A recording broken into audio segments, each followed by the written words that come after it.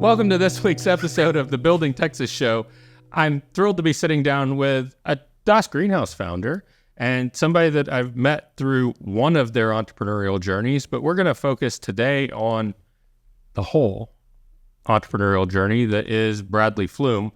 And I buy trucks and Hawks Outdoors. That's it. Yep. And RetroVision, which, just to hold your excitement for later in the conversation, you're bringing back the VCR? Bringing back the VCR. And tape heads. I wasn't sure what a tape head was until I met you, and you really told me about the nostalgia that comes back. But what I've enjoyed about you as an entrepreneur is you're into a little bit of everything, and you're always looking for people that can help you grow an idea. And I think that's where I'd like to start. And Bradley, thank you for joining us today. Thanks for having me here on your show. I buy trucks. Let's talk about where you started. Yeah. What is one of your major pieces of revenue? And then we'll get into the others. Absolutely. So I buy trucks started in my freshman dorm at Schreiner University. And what I started off doing, we're selling trade-in vehicles at dealerships on eBay for the stores. So someone would trade in their car and they could send it to a regular auction, or they could put it on eBay, and I would charge them a fee to facilitate that. And it grew into me having my first car lot in my freshman dorm, and definitely took up most of the parking spots at the school. And where do you put the required highway signage for your dealership when it's at your door? Well, luckily I really got into wholesaling earlier on. So it wasn't retail to the consumer. It was selling at auto auctions. Okay. And that's my freshman years when I found my passion for car auctions. That's a exciting place to be. 3,000 cars coming through a barn every Wednesday. And from that year forward, every single Wednesday, I've been at a Mannheim auto auction, whether in person or online since then. And I remember you had billboards, maybe? I've done lots of marketing. I've done lots of different advertising. Companies called I Buy Trucks. I make it simple. I buy just about anything, but trucks have always been a big part of it, especially being here in Texas. I don't necessarily go directly after consumers, more after businesses, estates, any type of legality issues where court ordered for a liquidation. Those are the type of opportunities that I look for to get more volume instead of just onesie twosies. I like to buy 100 trucks at once. So my curiosity is going to go back to, you did this at Schreiner University. And for those that don't know, Schreiner University is located in Kerrville, Texas. It's a smaller school, but it's a mighty school. And I've been really impressed with alumni from Schreiner in general. How does a freshman at Schreiner University find a passion for car auctions? Yeah, so it was really interesting. I went to Schreiner University because I have dyslexia, and they have a program there. And so in the program, we got tutors from the local community, and a lot of them were retired business guys. And so I went in to get tutored on history of some sort, and the guy just taught me sales. And for every Wednesday which I rock, that's when the car auctions are, every Wednesday for my entire freshman and sophomore year, he sat me down and taught me everything I need to know about sales. He was an old insurance salesperson from back in the 60s, 70s. So the true door knocking knows a great answer. Yeah, let's start there. The last person to talk loses. That type of concept of sales, and I was really drawn to that. And after that, I had a really great professor, Dr. Charles Toratai, who we recently lost in an aviation crash. And he was very high up at AT&T. He owned car washes and really helped me push to have my own company and build on that instead of going the job route. And he gave me a lot of connections up in Kerrville that I still have today and still utilize today. How did you get to car auctions? I like that you learned sales, but car auctions is random. Like I don't think a lot of our listeners have ever really thought about where do used cars go, or rental trucks, or legal issues that have to be forced liquidation. I think was what you said.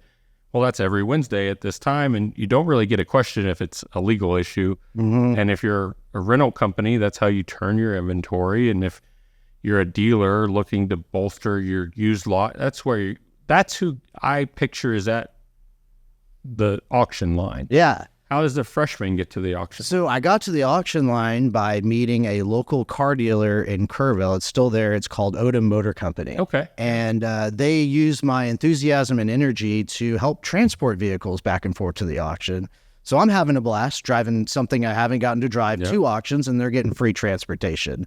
Once I got inside the auctions, that's when I started networking with the auctioneers, because that's where it all happens. Yeah.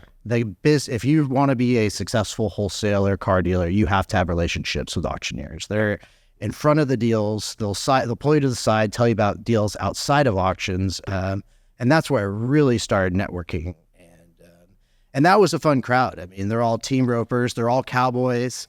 They're all drinkers. They're all gamblers. And great crowd to learn a lot from.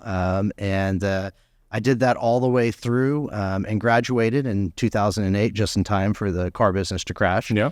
And that was a great learning experience. From there, I had a car lot in San Antonio on Hildebrand, grew that, and just have continued wholesaling.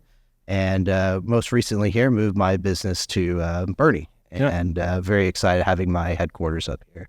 So I buy trucks, and people can go to that website, ibuytrucks.com, and scour your inventory. So I don't have stuff for sale on there. Every once in a while, you'll see me post something on my Facebook page that it's going to be a good car for someone I know that needs it. Majority of everything I do is I purchase and sell at auctions or sell to other dealers. I have a great relationship network. So it's not a place to come by. I'm really just a source to sell to. Okay, so if somebody's trying to sell their vehicle and they want to sell it quickly, correct. ibuytrucks.com. Yeah, just the best bet, call or text me, 210-380-6094, and send me 5 pictures, VIN and the miles, and I'll shoot you an offer, or I'll see one of my team members to your office to take a look if you have a fleet. So what's your encouragement in today's economy? Because I see new cars getting heavy discounts, particularly the electric trucks and things like that are just, the demand's not there. But then I see used cars, especially during COVID, get super pricey.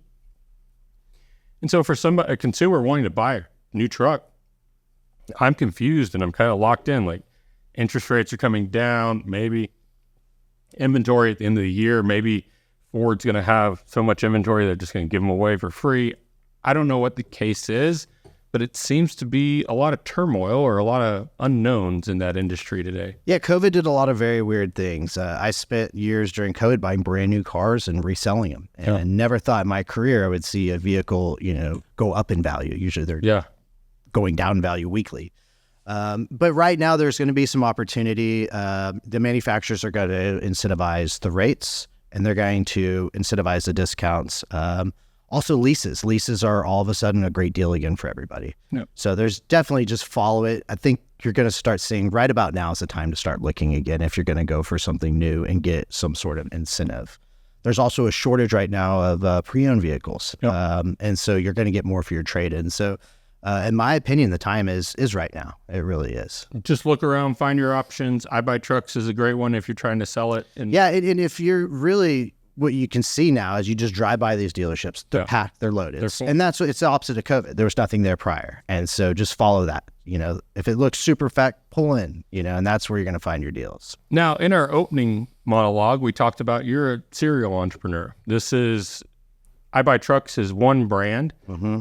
A similar brand, I think in the same vein, is Hawks Outdoors. Yes, Hawks Outdoors. And at Hawks Outdoors, I've never been in your showroom, but I watch you online. Your social media is growing, and there's a lot of application to accessories and things that you would put on your truck. Where did that generate, and how did you go from freshman dorm, create a business, I Buy Trucks? It's done really well. When did Hawks Outdoors come in? I've always had a passion of vehicle camping. It's also called overlanding. It's where you'll see the tents on the vehicles. And I've also been a big van person. Always on the Sprinter vans, Class B vans. I've always owned them, used them, and I've always sold them.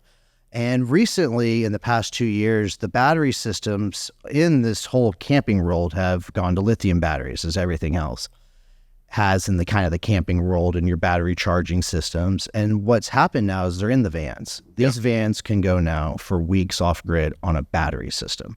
And so you're no longer hauling generator fuel, You can truly go off grid now for weeks at a time. And so it's really changed the landscape of this overlanding camping scenario. And so we focus on that. We sell overland trailers, rooftop tents, and we sell Sprinter vans. We carry Tiffin and we carry Storyteller in those brands. And we have a showroom at Loch Hill Silma in 1604. And you can go to hawksoutdoors.com to see our inventory that we have there. And so in my mind, the Sprinter van is almost, it's going to be a bold statement, but it's replacing the RV industry. It is. It's a game changer. I think it's a simpler vehicle to drive. It's a simpler vehicle to customize and really make unique. And that's what I'm seeing in that overlanding crowd. And that was becoming popular before COVID. It really spiked at COVID. But I love the trailers that you can get now that are pop-up trailers, and they get full kitchens in them, and you can really go glamping from your vehicle now. And that seems to really be opening up the national parks, opening up the traditional American road trip in a whole different way. That really is just the evolution of the vehicle coming along. And a lot of it has to do with the size of it. If you look at the national parks, they're not allowing the giant fifth wheels and these bigger trailers. They really want under a certain size. I think it's under 22 feet in there, somewhere in there. And then also our traditional RV parks in America have turned into people's full-time housing. So the dream of buying a giant fifth wheel and taking your family on the road, you might be at a site next to someone's retirement spot. Yeah. And so when people truly want to get somewhere where they take their family camping, get remote, the Sprinter van and the overland trailers just make the most sense. Yeah. I think of my dad. He's an RV guy, and he's got the big 38-foot pusher, and then he's pulling a crew cab F-250 behind it and trying to go down Highway 1 in California and complaining that it's too curvy. Yeah. Well, he's 65 feet long. Yeah. Of course it is. Yep. And no special driver's license are needed for that. Yeah, it's horrifying when you think about it. Yeah. And just the demographics of people driving giant buses. Yeah. But then you come to a different age group that's getting into the overlanding, remote workers that are really living and exploring the country while they're working from their van. So a number of use cases that are just new because of technology and access. And a lot of full-timers too now, which is very interesting. Like this is their sole residence. And now banks are starting to recognize that, and they're offering financing solutions for those types of people on top of it, which is really interesting. What does that look like? You get like a 30-year note on your van? Yeah, you can get probably a 20-year max, but they're looking, before they would just say no way, but now that is feasible for people where they truly are traveling, working remotely, and they're able to do it. I think a majority of our vans come with the ability to add Starlink to them, and that's super appealing. One of the vans we carry is the Tiffin and the GX1, and it has, instead of the seat in the back, it has a work table, like a bar, bar in the back that's meant for these remote workers. So it's really neat how not only is it an adventure vehicle for people, but it's also their mobile office while they're on adventure. Yeah. And that's why it's growing so fast. And it's kind of a little bit off of the traditional RV route. And you can park these in your driveway at your house instead of having to store it somewhere. So well, depending on your HOA. Depending on your HOA, yes. Because that's what I see with it. It becomes the added expense of that extra recreational vehicle. Depending on your living situation, depending on the world that you're in, it can come with some unexpected surprises or unexpected maintenance, storage. But what an opportunity it opens up for you, your family, to go out and explore. Oh, absolutely. And if you want to test one out too, we're partnered with a company called Go Camp, and they also have rentals of these. Storyteller is the brand that they're with, and so you can try it out and rent it out. We have over 5 ready to display at our store currently, so you can swing by there and take a look at it. And where can they find you online? Like, it is, I see a lot of YouTubers that are sharing their experience. I see the reels and TikToks around people getting out and just traveling. Yeah. It seems ideal. It seems a little utopian sometimes, but as I talk to you and others that are in the industry, there really is that much traction and that many people out on the circuit living in their van. Yeah, it's back to like personalizing your vehicle. Yeah. We're not in the world now where everyone's getting 6-inch lifts and 24-inch wheels. People are starting to do tasteful modifications, and a lot of the vehicles are coming out of the factory now modified. You have the Ford makes, I think it's a Timberland that comes with off-road tire. Mazda CX-5 has an Overland edition. So what we saw were these manufacturers going that route where people want to be adventurous. And what we do at Hawks Outdoors is sell the accessories for that, the trailer to put onto it, the tent to put on the roof. We will do lights, lift, wheels, and tires, all those types of upfitting modifications there also. And it really calls me back. And I was with a friend group in a national park, and we were commenting on the number of Subarus. Yes. But I really think the Subarus kicked off this whole, the right vehicle, all-wheel drive, but it's not the 6-inch lift and the 24-inch wheels. It was a reasonable commuter vehicle that could go all-wheel drive. And easy to camp out of. Very cool. We do a lot of work on Subarus. There's a company called LP Adventures out of Canada, and we carry their gear. And they sell brush guards, bumpers, skid plates, lift kits, and our customers love them. And they use their Subarus. They go on these trips, and they work very well. I'm sitting here imagining like a beefed up Subaru accent with a grill guard and giant wheels on it. Yep. Could be a lot of fun. I like it. So that business is a luxury business, I would say. It really is a lifestyle business. It's a lifestyle, absolutely. Where did you get the funding? Like, how does that come to be? You're a freshman. I'm assuming this is some years later after college. You've been successful with I Buy Trucks. What spurred you into this adjacent company? What spurred me into the adjacent company is that it's something new in the automotive sector that it has a ton of growth. And so I was mesmerized by the growth of it. And it's also, I was looking for something more that's replicatable and team buildingable. So we're hoping to have 5 locations in the next 5 years across the country. I really like building teams, and I really like the concept of running a larger operation with a core group of team members. So that's what kind of sparked my direction towards that. And I'd mentioned that earlier because I've seen you do that, and we'll get into RetroVision in a little bit. But for Hawks, let's talk about that team, because you want to expand, but you're not saying I want a franchise. You're not saying I hear you saying, well, I found an operator that was really great to partner with and equip them to build this business. And now I'm looking for 4 more operators, essentially, that are willing to roll up their sleeves, come in and cut their teeth. They may not know the industry yet, but in your spirit, I think you can teach them and they can learn. But it takes that right, almost entrepreneur to come alongside somebody like yourself to be co-founders, to be coexisting in a brand and growing it with a shared mission. Yeah. And one of the biggest things with the Overland crowd and with Hawks Outdoor is the customer's elevated. I mean, these people have worked really hard and the adventure is really on their mind, and they want to be able to accomplish it with the right gear. They want to tell you about the adventure. They want to share the adventure with you. And there's something about that just truly draws me to it.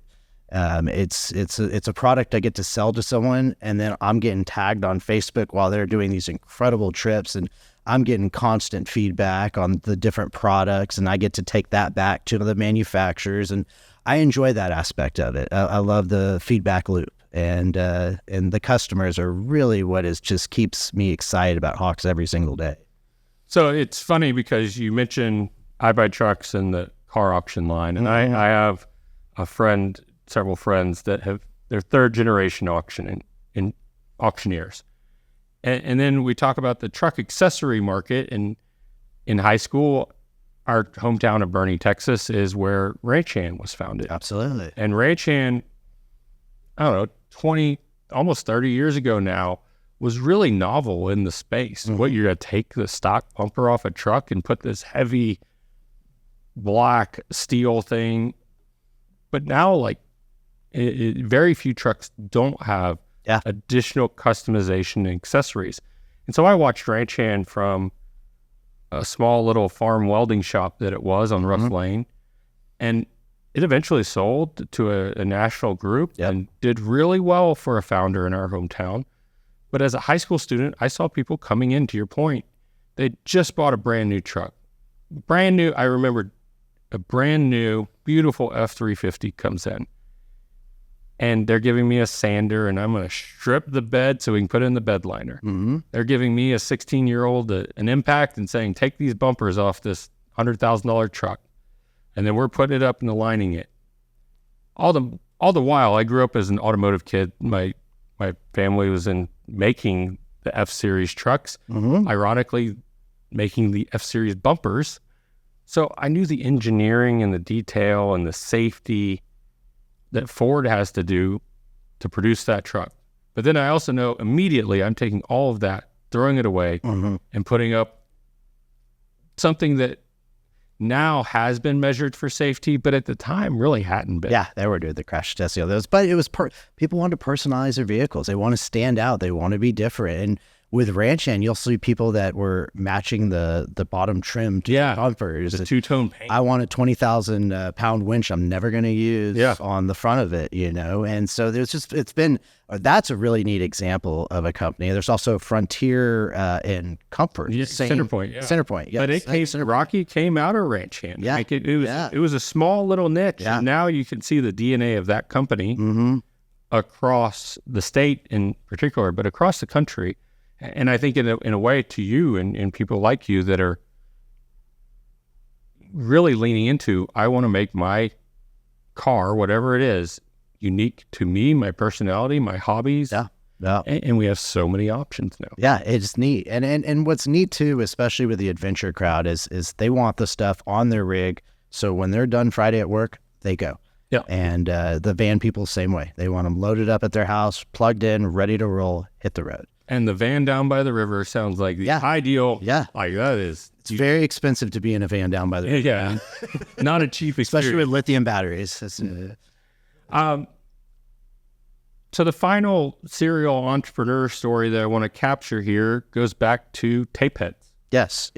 And I suspect that this is something you've been interested in, but I'm curious, like, as an entrepreneur, you came into Dust Greenhouse and said, hey, we're bringing back the VCR. And I said, wow, I've never thought I needed a VCR.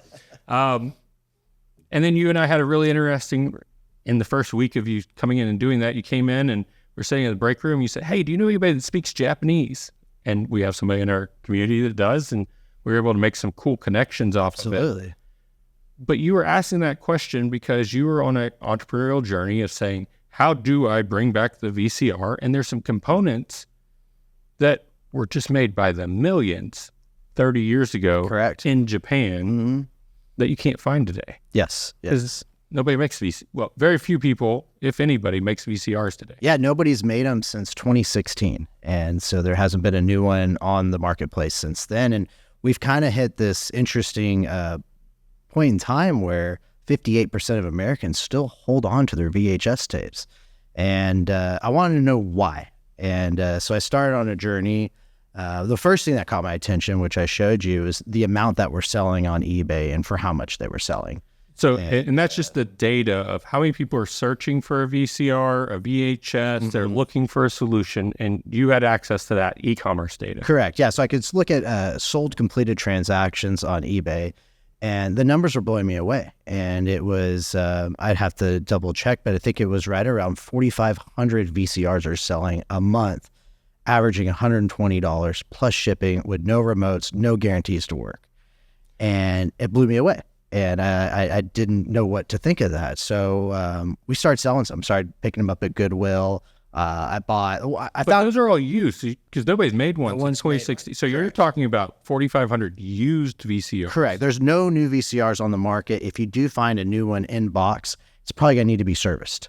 Yeah. And that's a lot of things people don't remember is people service these. And so I thought everything was just use and throw away. Yeah, exactly. Yeah. Exactly. Yeah. You can't get it on Temu and put it on there.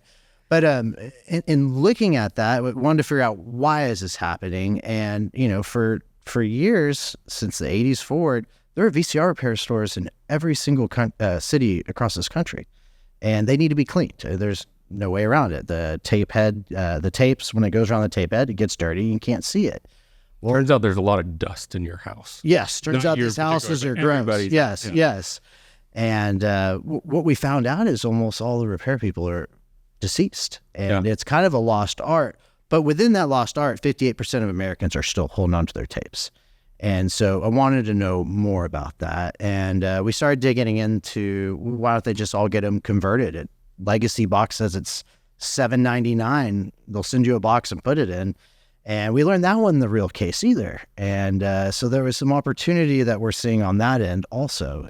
But Legacy Box is a big industry. If I think about listening to talk radio for the last decade, sure, it's been a big advertiser. So that tells me there's a lot of demand. Mm-hmm. But then you hear the downsides of sending your wedding video out, and it might not make it home. Yeah. Yeah. It might not make it there to begin with. It might not make it there. It might not make it home. You peel off one layer of the onion and you start seeing that these tapes may not go to where you would think they would go to get converted. And the time frame can take up to a year to get your tape back. And it's not $7.99. The average price could turn into $420 real quick. And so we're exploring that and trying to see, so why was that? How is that the norm right now? And how long has that been going on for? Well, we found out it's a $500 million industry, just the VHS converting. And so we're exploring some ways to maybe disrupt that industry. And there's a lot of accessories and easier components where people might be able to do this at home a lot easier than sending it off somewhere. Yeah, it doesn't appear to me that it's not a tech gap.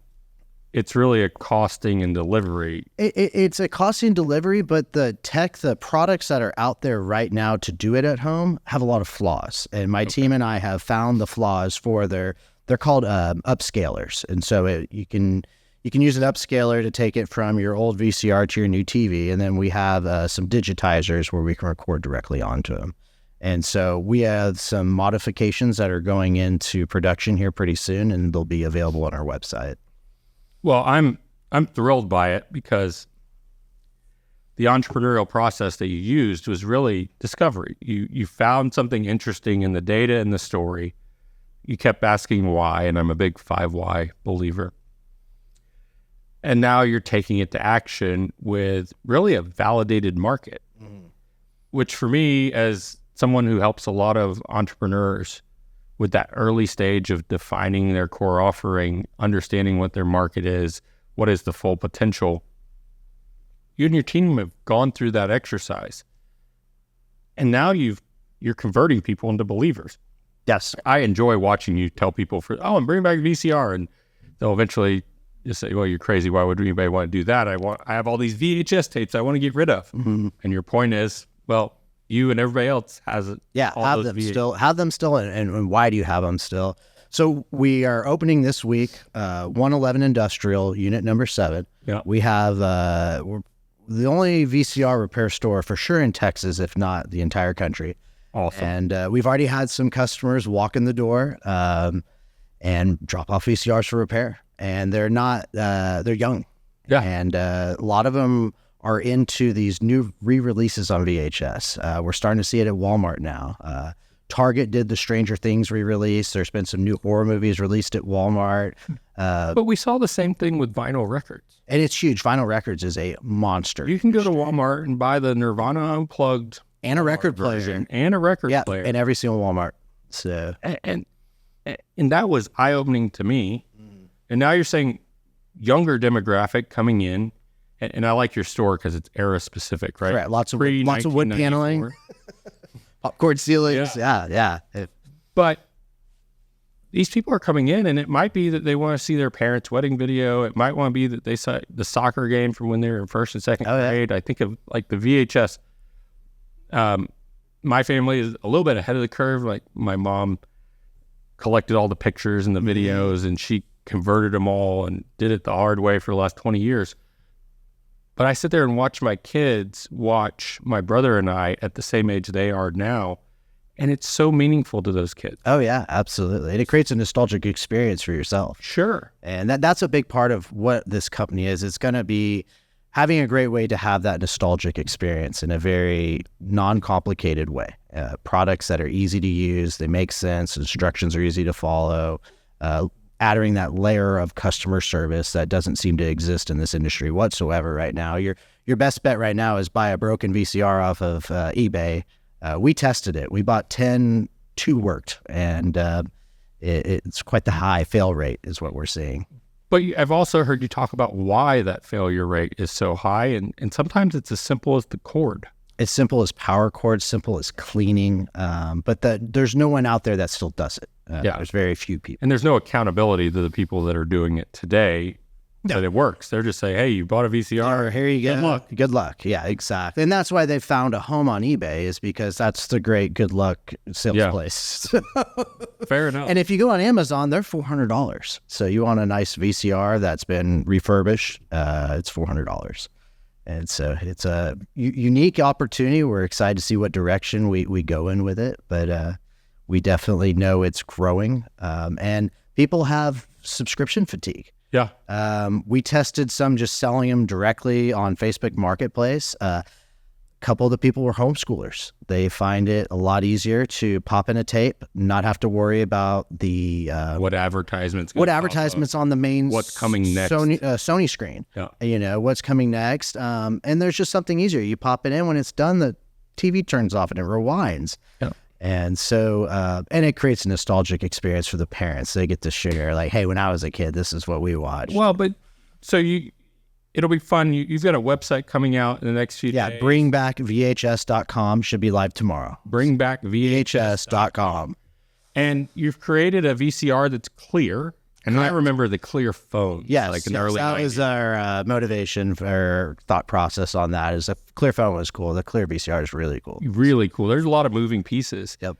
But then you've been very specific about the noise when the tape goes in. It's got to have that authentic feeling. I want people to be brought back to when they were kids and put that in. The age group right now that has money and starting to come out, their nostalgia was Blockbuster, Hollywood Video, Saturday night, Friday night, really that important time where everyone just was unplugged. They weren't sitting on their phones. They were in a family room with their friends or families, experiencing physical media.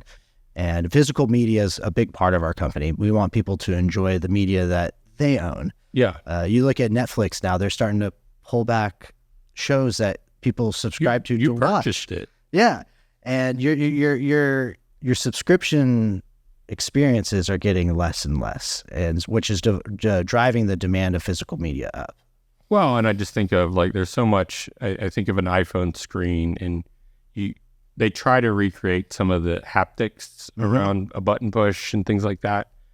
But so much of our world, we've lost that sensation. And in all three of your brands, you're really trying to bring back the human experience, whether it's a truck you're buying and selling, and you're getting into what a lot of people recognize the car as an extension of them, right? Correct. And then you go into customizing it and really making it about getting back into nature, getting away from the RV park that might be the long-term living situation for people. But it's customized experience. And then you get in just the visual experience of watching a movie. And my kids don't know a difference. A YouTube, what's your favorite movie? My 5-year-old's going to explain a YouTube thing. But it's so easy to sit in that loop. Sit in that loop, and you don't have control of what's going on in the banners below. And you got to get them out of it. Mm-hmm. And we watched E.T. the other night, and they loved it. But that's the nostalgia. And they're like, wow, these graphics are, and like, these were great when I was your age. Oh, yeah.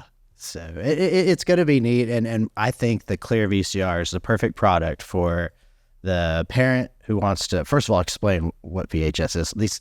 These kids don't know what it is. And so, and getting to see that tape go in, watch the ribbon go around the reed head, it's a really neat experience, and it's fun to share that. And of course, you got your old Disney collection or wherever it may be, the kids will get glued to it. And so we're going to target the Clear VCR. It's going to come in a box with kind of a nostalgia pack.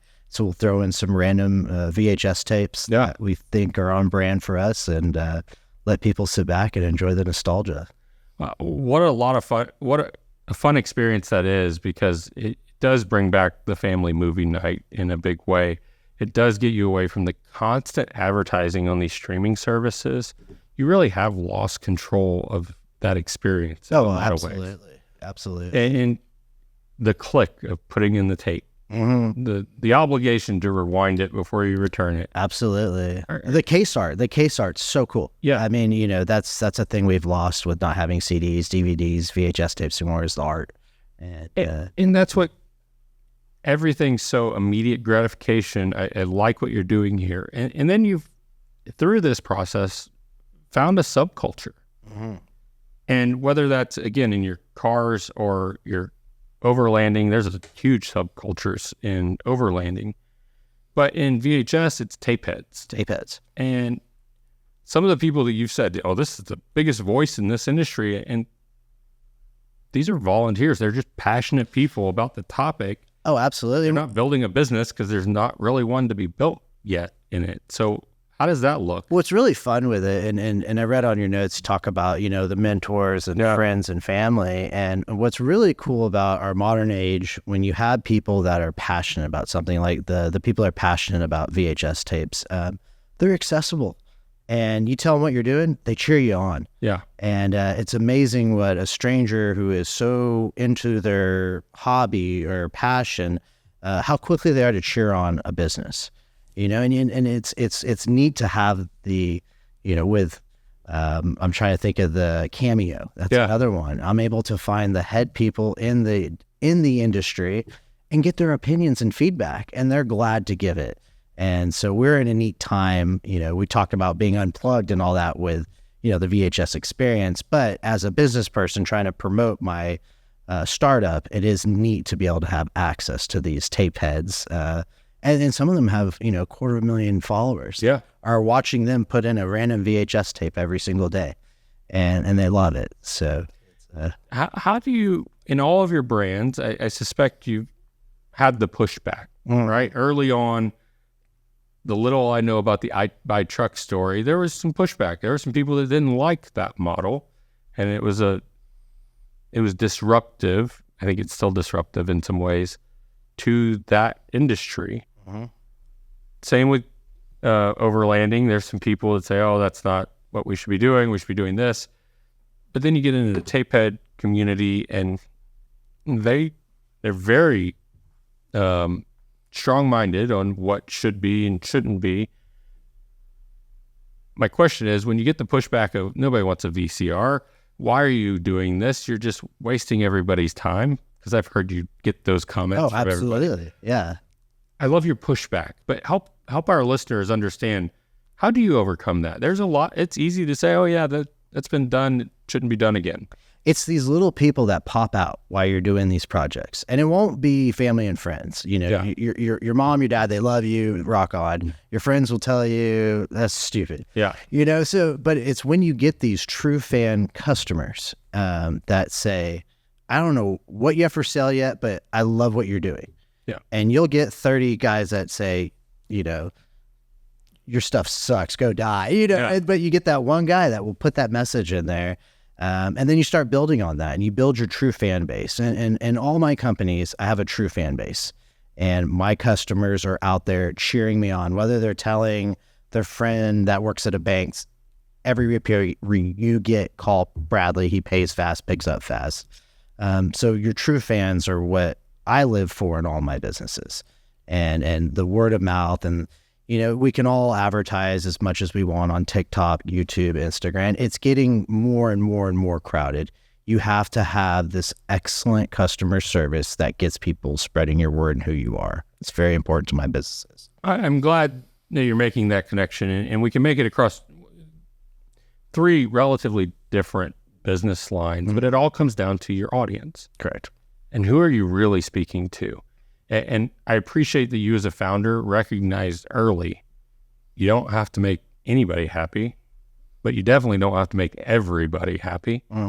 So you're serving the community that you want to serve, that is passionate about what you're doing. And I've heard that, my friend that owns Chiso's Boots, Will Rome, as an example. He talks about how he marketed to himself. Yeah. And he's got 4,000, 5,000 rabid fans because they think like him and they like his boots. Mm-hmm. I imagine you're very similar. You've taken the data, you've really discovered who your true audience is, and you know what they like. But then you've inspired them to make their own content about your business, tell their story, share that nostalgia, and post it out. And that is the amplification that's going to attract more people like them and more of their network that's going to align with your business. And you always got to listen to them. I mean, if they're saying, hey, you need to carry this, go carry it, Yeah. And I made that mistake, of course, before, where you stock all this stuff and you're like, how come nobody wants these sleeping bags? And well, they're for -10 degrees and we're in Texas. Yeah. Probably shouldn't have bought that. No, wrong market. Yeah, wrong market. And all you have to do is ask your customers, what do you need to be carrying here? And that's a big deal. And but you've shown that throughout this entire conversation, looking at the data, learning sales as a freshman at Schreiner, freshman and sophomore, I think it sounds like it made a significant impact on how you understand the market around you and where you find the subtle message of, hey, I need something that isn't readily available today in the world. And you got curious and you pull that thread and you said, well, I can set up a site where I can buy your trucks easier and push them to the auction line. Great. You just made that more efficient for a person in immediate need kind of situation. Then you've got your customers that just bought their truck, want to customize it. There's good margin in that business. Sure. So you invite them to come to you because you serve their passion specifically. And then out of left field, I think, but it's the same process. The data was there. You knew a market existed and you've tailored it on feedback, and you don't get feedback without asking, by the way. You have to go pursue it. Yeah. Constantly be asking. So you took that feedback and you've worked with, I think, a really unique and fun team to build out the RetroVision brand and grow it into something special and to revive a market that's long gone. Yeah. Yeah. It's amazing to me still to this day, the young people that are popping up.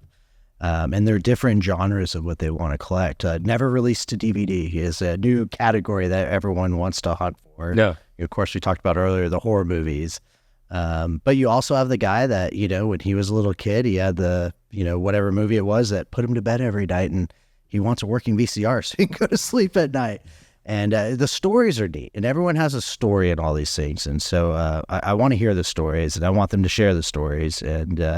And however I can modify my business where they can keep that fun dialogue with other passionate people is very important to me. So as we wrap up, I want to take the core lesson through all of this really comes back to a student at Schreiner University with dyslexia who needed a different way to approach the world. And I have to applaud Schreiner University for one, leaning into dyslexia. I think that's far more common than we talk about. And for kids, especially if they're undiagnosed, it can be so disruptive. Yeah, especially in a college, scenario, especially with the Scantrons and all that. And Schreiner did an excellent job. And a big part of what they do is the tutors that match up with the kids that are in that program.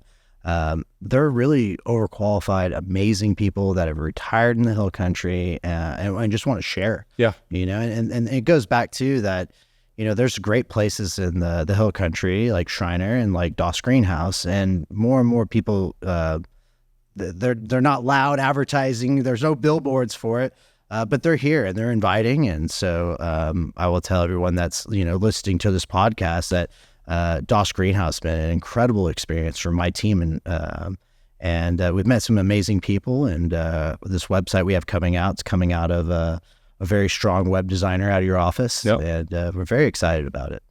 Well, I just appreciate that those programs, ours included, exist to find people like you that have the passion and the willingness to go out there, think differently about it, find the niche, and move it forward, because that's been inspiring to others around you to say, well, he's bringing back the VCR. I can do this. but it's all data driven. Mm-hmm. It's finding a process, finding the need, validating the need with customer feedback, etc. You don't like doing the fun parts. You like doing the work up front. And I think that's just from experience. You've learned that the fun parts don't pay the bills. Yep. You've got to do the work, the audience definition, and then what is it that you're serving? Absolutely. Absolutely. And Schreiner University, again, I'll just say, it's here in Kerrville. We don't think about a lot of alumni of Schreiner, but as I think here, I can think of many alumni that have gone out and built entrepreneurial. Labatt Foods. Labatt Foods is a great one. Absolutely. I know some civil engineers in town that have a Schreiner background. And then it is a testament. Kerrville, a lot of people come to the hill country. I think I've heard a stat, I want to validate it, but the densest population of retired executives is actually Kerr County across the country. You would think it would be somewhere in the Northeast in Connecticut, but it's Fortune 500 CEOs that come to our community, the hill country, and then they want to give back. And those are the overqualified volunteers at Schreiner, as an example, which are the same ones that we have at Dust Greenhouse. Absolutely. And they come in and they're humble, and you don't know their background, but they have a ton of experience to share with serial entrepreneurs that they can find value and hard work and some of those matching character traits that they see as success. Yeah, it's excellent. We need promoted. Yeah. So, well, and what's next for Bradley? So I Buy Trucks is continuing on. Yes. I'm here to buy any type of vehicle, any type of scenario. Only thing I don't buy motorcycles, don't buy boats, heavy equipment, tractors, anything with wheels, looking to buy. And then what's next is getting RetroVision in production. And we're working with some factories, and we're excited to see what direction that takes us. Awesome. And for our listeners, where would you want them to find you first? First, just LinkedIn, Facebook. I'm very easily able to get a hold of. Phone number is 210-380-6094. I buy vehicles. You can text or call me. I stick to mostly the hill country area is where I stick to purchasing. But if there's some stuff down south, I'll go check it out. So. And then if you want to be in the van life revolution, Hawks Outdoors, 1604 Lock Hill, Selma. I got 5 models. You can take a look out there. We have 7 different camping trailer setups, and we have an indoor tent showroom. And all the camping accessories you want, from cooking, knives, you name it, we have it all. So if you find yourself in REI and not finding exactly what you need, go to Hawks Outdoors. And if you're in REI, just look at your phone. I'm paying for the geo tracking there, so you should be able to get to me pretty quick. But no, total different vibe than REI. Total different vibe. You can climb in our tents. We can install it there. It's a neat store. Love for y'all to be my team there. Well, I'm thrilled, and I think that's the message that I'm taking away from this conversation. You're a serial entrepreneur because of the people you've been able to bring into your companies and the teams you've been able to build. Justin and the crew at RetroVision, they make it possible. They go out and do all the research. They go out and talk to all the customers. And as a successful serial entrepreneur, I want to give that message from you to others around find people that you can work with. Yeah, you can't do it by yourself. No. Bootstrapping is really hard. Absolutely. And it's been fun to see you build those teams, see investors come alongside you because of the team. And then just the work that you're doing. So thank you for being Appreciate it. Thanks for having me. A shining example of entrepreneurs in our ecosystem. And my final parting question, what makes the ecosystem special? You talk about Dust Greenhouse, you talk about Schreiner and the volunteers around it. What else does an ecosystem need to really attract people like you? You got to have availability and be able to walk into somebody's office. We've gotten so far away from that. You know, that was one of my favorite things about Dust Greenhouse. What is this place? Walking around, I sit in your office. You know, so accessibility and that type of person that's willing to share. And that's what everyone feeds off each other. Everyone's got energy off of everyone. And so places that you walk in, you got some good energy, get involved. Well, Bradley Flume, thank you for the way you're building Texas and everything that you're up to. Thank you.